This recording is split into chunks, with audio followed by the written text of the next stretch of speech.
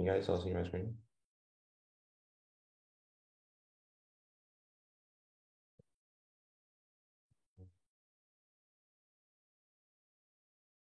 Awesome. All right. Welcome everyone. Hey Mass for joining this Zoom meeting.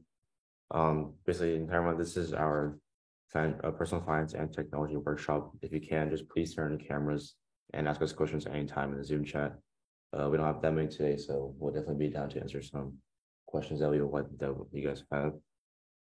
Today's event is co-hosted by myself and Colette, and we represent Fanatic, a 501c3 nonprofit partnered with Make America to spearhead access to financial education while raising awareness about financial literacy, which is an issue highlighted by COVID-19. Through innovative and engaging financial literacy content, Fanatic is revamping the decades-old financial education that crowds our classrooms. And with an international network of passionate volunteers, we have taught and instilled lifelong skills in youth through our chapters, publications, media, and events. Now, that being said, let's get started with our workshop. So we have our personal finance section, and we'll be learning more about budgeting and like what ESG in general, how that can help you out. So for budgeting, we'll be tackling mainly the practical and psychological reasons to budget. So let's just get started with like a brief introduction as to like what budgeting is in general, right? So by Investopedia, the formal definition is that like a budget is just an estimation of revenue and expenses over a specified future period of time and is utilized by governments, business, and individuals. So the graphic on the right kind of represents like a financial plan for a defined period, right? Where you have all your gas, your food, your savings, and utilities and credit cards. So all your parents would be carrying out like these examples that you'll see on our graph. And this is just what a budget is in general. And now a quote from Dave Ramsey, who is like a well-known financial commentator and a radio show host about things regarding financial literacy. He just says that a budget is like a way of telling your money where to go rather than like wondering where it actually went. So we'll be diving more on this quote in our coming slides. And now, what are the practical considerations of budgeting? Obviously, like number one, there's an emergency budget. There's an emergency fund building. And what does it look like? It's just having like an extra income from your paycheck that isn't needed for needs and can pay for certain wants without depleting the paycheck. And number two is just building a safety net for yourself and your family. And number three is just starting to have money work for you rather than like working the other way around, such as like income and rent in turn are all generating investments to benefit yourself in the future. And what are the benefits from just budgeting in general? We have three, which is like number one, you won't be wiped out by small expenses the same way you would if you have a paycheck to paycheck, especially like these investments will just be dipping like into a fund that you built, which will generate you more return in the future. And number two, if something terrible just happens, such as like you losing your job or you need to now work part-time in the economy, then like, for example, you'll be able to just like keep the same life of quality before while you search for new jobs and get back on your feet. And number three, investments would obviously start making income while you sleep. So eventually you have like no longer to just like be a slave to it. So essentially just a passive income generator just for like an emergency fund. And now budgeting is just like the practical solution, right? The problem just said like little money by the end of the paycheck, everyone is basically financially insecure and just forced to like pay down all these like payday loans just to like wipe you out financially. And solution is just all this solution is just like by creating a budget. And so you're just like you're giving yourself a chance to stop the cycle, right? And practically you'll be able to save more money, spend less, and begin to plan your own future, which makes which makes the money work for you rather than like you working for the money. So it's overall more beneficial towards like your own part just by budgeting. And now for the psychological considerations of budget. Obviously we can avoid like the IOU turn thing where you turn to a family and friends for financial support because you have your own like investment and you have your own passive income source to generate you money. And you can also just be like insecure about finance and the mental health risks associated with it. So on the first bullet point on relying on your friends and family, this is just essentially like while this alternative can be better financially and turn to loan sharks, it's just like it makes the person feel bad and then like if they're turning to friends and family for money, and like while your friends and family are usually okay with lending these money every now and then, and someone's like foregoing interest or repaying all together, after a while it could be like quite annoying, right? And also being disrespectful to your close ones that you're just borrowing money from. And it just looks like that you can be like a parasite on them to even just like take advantage of them in a general way to just like exploit their compassion and like what you have for their financial gain. And obviously like these friends and families do things every now and then to help them each other, but when helping is like a one-way traffic and it's not like every now and then this is where the problem emerges that we've talked about. So we're like these harms that um is like associated with relying on friends and family. Especially like doing this like sends two messages, right? One, it says that like you are financially irresponsible and that you need to act like my financial guardian. And number two, I see you like as a resource and not someone that I like being with for the sake of being with. And number three, it just says that like because of these two perceptions, all in general, by constantly like turning to your friends and families for money, so just ultimately drive away friends and distance you from like your family, and to just alter like a pattern. And lastly, like your finances will be commonly cited as like factors in divorces. So this could just like end your situation with your loved ones in general too. And so for mental health, there are a lot of risks. Number one, we have sleep deprivation, where like you can just work multiple jobs in general just to avoid your own money, right? To cover your own costs of just like rent, food, and all these other essentials that you need on your daily basis. For stress, we have like mental health just obviously take a toll on your sustained loss of sleep and constant stress and anxiety. And in the extreme, you can actually like go through self harm just by missing payments, right? Or even because you start to see yourself harming people, you can just move on. You just see yourself as like a burden in a way. And lastly, like while money doesn't buy happiness, a lack of basic resources stemming from lack of money can obviously cause grave mental health and physical damage. So all of these incomes will just stack up onto you just because you are missing money. And just have like and like when you're budgeting, you just have like a healthier mind, right? You basically have a lower stress level and like a lower chance of like developing mental health issues. You also have a healthier body because with a healthier mind comes a healthier body. It's no constant that like obviously athletes are healthy people, right? And I know that like these expenses won't wipe you out in general. If you just like break your leg tomorrow, these expenses won't destroy you because you also have these more income in your pocket because of budgeting. And you just worry less about your future because you are more financially secure, right? And this kind of just like demonstrates the vision on the right. It's like this massive kind of hierarchy of needs. It just shows like this whole entire process um of wanting like your needs and how that benefits you. So now onto creating a budget, right? Like this is like how you can utilize this budget to maximize your financial success. So how exactly should you budget? Let's talk about just like how you can implement this in your daily life. Basically, the software that you use doesn't really matter, right? But just you want to be sure to gather like all your bank statements, credit card bills, receipts, and loan statements in order to just figure out like your net income, which can be easily to which can be easy to overestimate, and then you could track your spending and keep note of like fixed and variable expenses. Fixed expenses are like expenses that are always the same. So like rent, insurance, and or your data bill, and variable expenses change, which is like your food, your cost of coffees, and all of that. So just tracking all of these on what you do on a daily basis is kind of like the first step into budgeting. And part two, number three, you just want to like always set goals between your long term and short term goals when you budget. And a short term just like less than 1 year, long term is more than a year, and there's also midterm, but we mainly focus on long term for budgeting. Obviously, you want to make a plan which involves like spending habits to create a plan to limit expenses and achieve goals. And finally, you won't get your budget right the first time. So make sure to change things up in order to finally meet your budgeting goals. So it's kind of just like trading stocks in a way where you always gotta like revise and update your habits and how that ultimately benefit you in the future. And now there's this 50, 30, 20 rule. I'm not sure if you heard it, but that's right, like a common phrase that is referred to when you're discussing budgeting. But what actually talks about just that like 50% should be going into expenses that must be paid, such as like your bills, groceries, etc. 30% is just like going towards what you want. So it's kind of like things that you like can't live without, but you have that will like enhance your life greatly, right? And 20% It's just like saving towards saving investment for retirement. So it's like this can be like 401c, I think it's 401k, also going towards like stocks, right?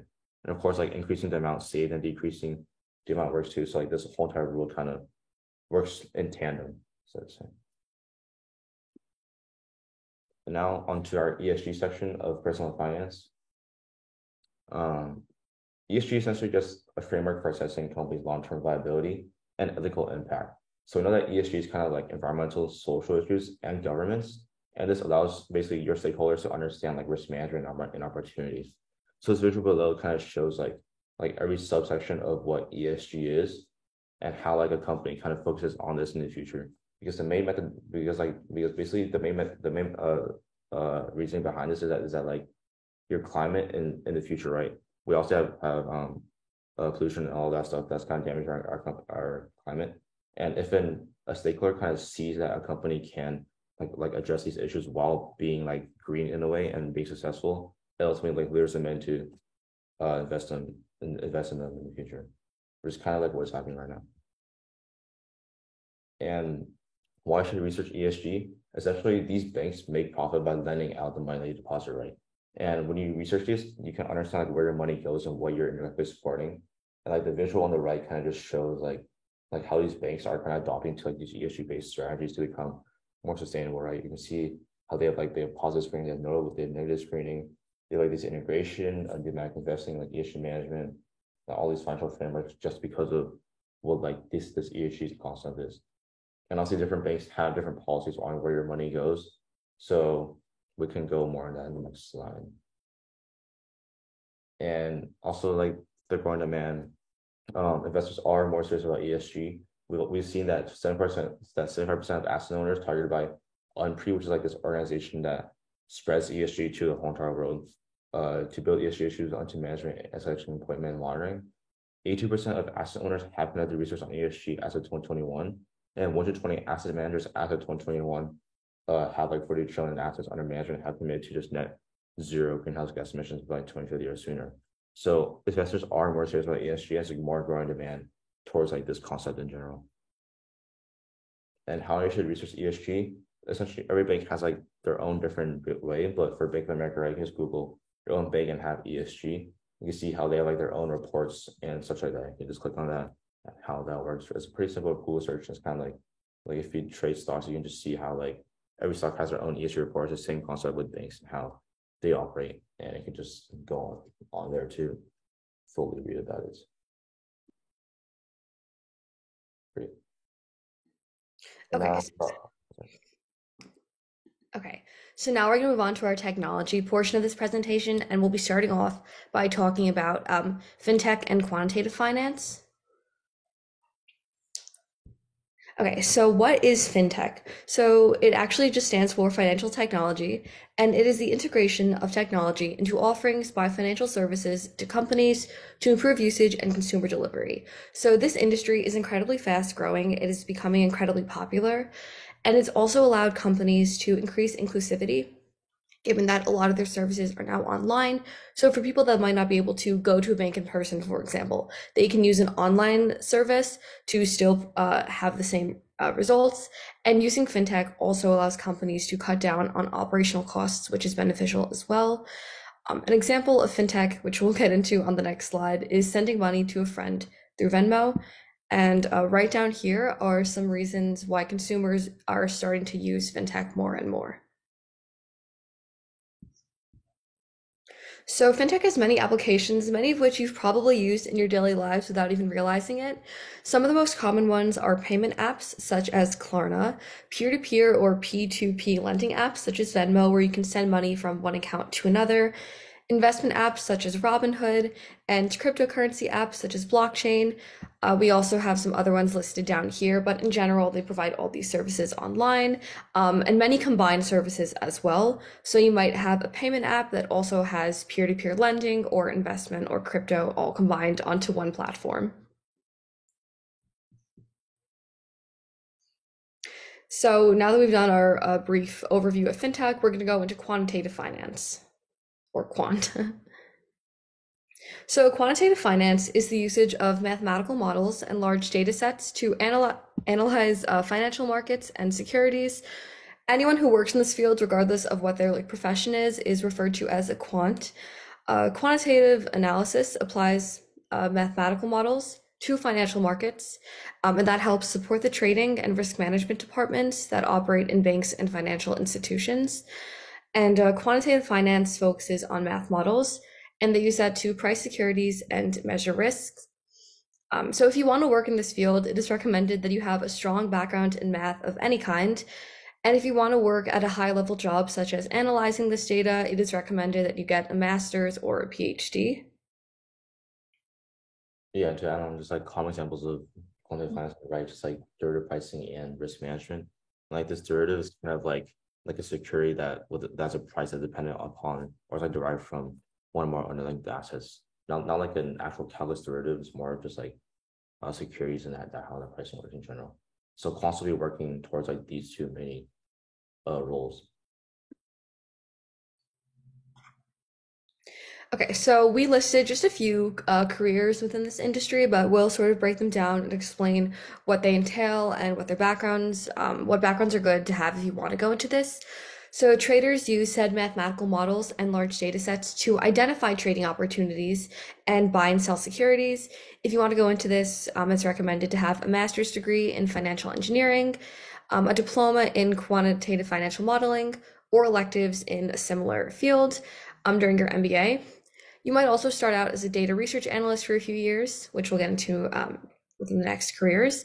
So researchers develop new models and trading strategies by conducting research, right, and analyzing financial data. You do need a master's degree in a related field, so something in finance or something else that's related. And it's also good to have experience in research programs and quantitative finance, operations research, or statistics. Software engineers are also similar, but instead of developing models, they develop software, obviously, and they focus on developing, implementing, and maintaining quantitative models as well. But that is the main difference. They do software instead of like just models, like researchers. And if you want to go into this, it's good to have a bachelor's degree in computer science and applied mathematics, and then 1 to 10 years of experience with scientific computing and algorithm development. Now, given that we are at a hackathon, we find that this one is incredibly relevant because it is useful to have a background in computer science for this career. Not so much with being a trader or a researcher, but it's still good to be familiar with that. And then for a quantitative analyst or a risk analyst, they're interchangeable, so you can call yourself one or the other. They apply mathematical and statistical methods to financial and risk management problems. And essentially, they take this information that they've gathered and they work with financial firms to help them make decisions regarding these problems. You don't necessarily need like a computer science degree for this. You can, but it's good to have a bachelor's degree in a finance related field, a master's degree in mathematical finance, or a PhD in some related field. So if you want to be an analyst, this tends to be the career which has the most requirements or like the highest degree requirements. But we encourage you to look more into these careers if any of them have piqued your interest and just see what the requirements are because they do tend to vary. So, like I said, because fintech and quantitative finance are growing industries, there are a lot of firms in the United States that have careers within these fields. So, we've listed a few firms in the US right here, and as you can see, they do have very high salaries, even for entry level careers. As we see right here at Jane Street Capital, an entry level software development engineer will be making 250,000. So, it's both an interesting career path as well as one that does allow you to make a very good salary, especially for like an entry level career. They tend to range from 150,000, give or take, to all the way up to almost 500,000. You can just like take a look and do some research on these as well. Yeah, just to add on, like Renaissance Technologies, like a brief fun fact about them. They're kind of like the most well-known in private like quant firm, right? And they only hire like their own employees from like these top universities such as like MIT, who all have like students with like bachelors and like MBAs in math and like CS. So that's kind of like how like these companies in general would just like seek to look for their own employees and how like they seek these most like qualified candidates from these top universities and such like that. And then we also listed some major quant firms in let me see, outside of the United States. I want to say most of these are based in the UK. I did some research on them, but they also have well-paying salaries as well that range from 166,000 to almost 300 or over 300,000 actually. So just in general, like this is, like I said, a growing field that will pay you well, especially given that many of these firms do hire from top universities and know that they are getting very qualified professionals. Thank you for coming. If you have any more questions, feel free to drop them into the chat and we'll answer them. Okay, so good chat.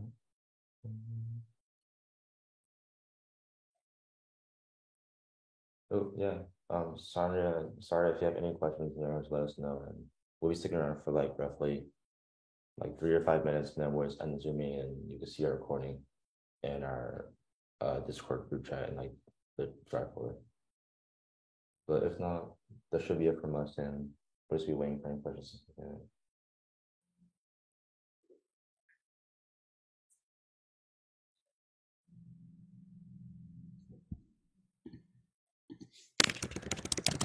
You know, I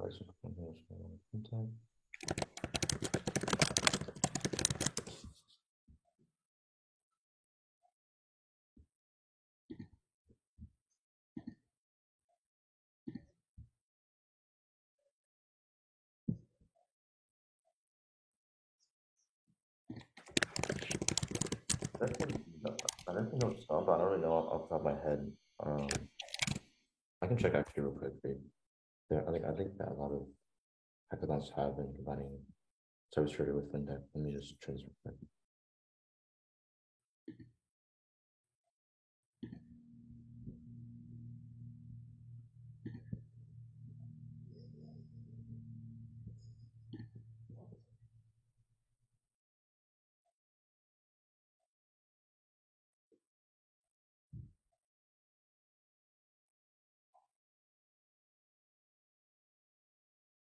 Yeah, so I guess like if you just Google, um, if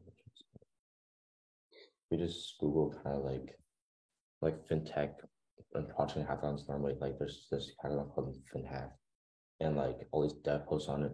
You can just like look at these past hackathons and kind of how everyone else have made their own products, right? I think it's kind of like one way of looking at it. It's just mainly dealing with like the intersection of cybersecurity and finance, stuff like that. Just from like past projects and stuff like that. But that pretty much should be it.